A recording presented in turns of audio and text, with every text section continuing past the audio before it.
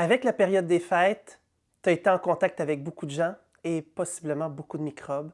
Si tu es comme moi, tu as sûrement attrapé le rhume, la grippe ou même la COVID.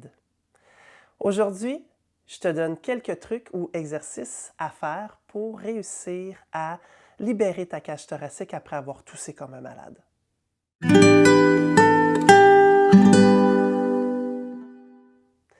Bonjour, mon nom est Alexandre Blouin et je suis créateur de bien-être. J'aide les gens à réduire les douleurs liées au stress afin qu'ils puissent retrouver la sérénité qu'ils méritent.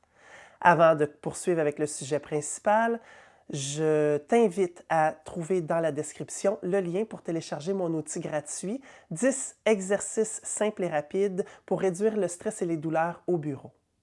C'est quand même assez simple, hein? Quand on a toussé beaucoup, bien évidemment, on a un muscle qui s'appelle le diaphragme, hein, qui est le muscle principal de la respiration, et on a une multitude de muscles qui sont accessoires à la respiration, qui ont été énormément sollicités parce qu'on a eu de la difficulté à respirer et on a toussé en débile. C'est sûr que les exercices que je vais vous donner aujourd'hui, bien, ils sont très reliés au diaphragme et à tous ces muscles-là. Et le but ici, c'est de les étirer, de leur permettre de reprendre un peu leur place parce qu'on va se le dire, ils ont été contractés à souhait pendant que tu toussais. Le premier exercice, c'est assez simple. C'est un exercice où est-ce qu'on va prendre une bonne respiration, puis une respiration abdominale et thoracique. Vous allez voir dans la vidéo que mon abdomen va gonfler vraiment par en dessous de mon nombril et sur le côté ici de ma cage thoracique va aussi grandir. Donc, le but de cet exercice-là, c'est de faire allonger ou d'étirer nos muscles de la cage thoracique et nos muscles qui sont accessoires à l'inspiration, donc ceux qui vont aider à se contracter quand on tousse, okay? Quand on expire, donc voilà. Alors, ce que je vous invite à faire, c'est de prendre une bonne inspiration, bas de ventre, cage thoracique, et à ce niveau-là, vous allez maintenir 4 à 5 secondes sans expirer tout de suite. Puis ensuite, vous allez laisser votre air sortir tout à fait normalement en faisant un « oh ». Vous allez voir, dans le fond, ça va vous calmer en plus de faire l'étirement au niveau des muscles intercostaux, donc les muscles qui relient les côtes ensemble. Alors, on veut faire cette répétition-là peut-être 3, 4, 5 fois maximum. Vous allez voir au début, vous n'êtes pas trop habitué de le faire. Ça se peut que vous soyez un peu étourdi, donc réduisez la cadence. Faites-le en 4 secondes, faites-le en 3 secondes. Faites des répétitions qui peuvent être de 3 à 5 fois. Et tranquillement, vous allez construire ce 5 secondes de retenue et ce multiplicateur par 5. Un autre truc super intéressant, c'est de venir masser le diaphragme.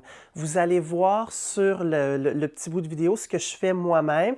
Vous allez voir, dans le fond, ma cage thoracique et mes doigts en train d'entrer le plus possible en dessous de ma cage thoracique pour venir faire des points de pression sur le diaphragme et même des petites rotations pour vraiment venir calmer et détendre ce muscle-là. Fait que ça, c'est une autre chose intéressante. Vous allez voir à la fin de la vidéo que je prends la peau de mon abdomen dans mes mains et que je tire. Et le but de cette traction-là, c'est de faire un petit peu d'espace au niveau des fascias et de créer plus de liberté de mouvement, plus de circulation de liquide. Troisième et dernier exercice, c'est un exercice que les chanteurs font régulièrement pour se préparer à chanter. L'exercice, il est assez simple. Dans le fond, vous allez prendre une bonne inspiration et vous allez faire un S le plus longtemps que vous pouvez. Pourquoi on utilise ça, le S? Premièrement, parce que ça va créer une restriction, ce qui veut dire que quand vous allez prendre votre inspiration, vous allez gonfler vos poumons d'air et là, vous allez tranquillement sortir l'air avec cette restriction naturelle qui est le S. Donc, vous allez bloquer un peu la sortie avec votre langue pour créer le son S. Et à partir de là, ben, l'air dans vos poumons, en fait, dans vos alvéoles, va rester plus longtemps et tranquillement va sortir. On va chasser l'air de vos poumons de cette façon-là. Donc, rapidement, ça va ressembler à...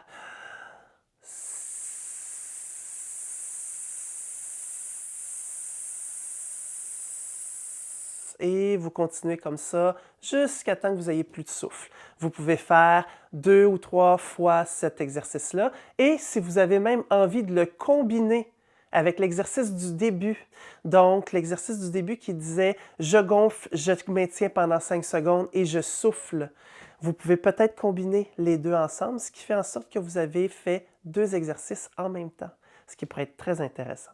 En résumé, suite à un épisode où vous auriez eu rhume, grippe ou COVID, vous avez toussé beaucoup. Évidemment, tous les muscles qui sont accessoires à l'expiration se sont contractés à outrance et on a besoin de les libérer après avoir toussé comme ça. Donc, première étape, on prend une bonne inspiration puis on maintient notre inspire pendant 5 secondes et ensuite on souffle sur un haut, relâché totalement doucement.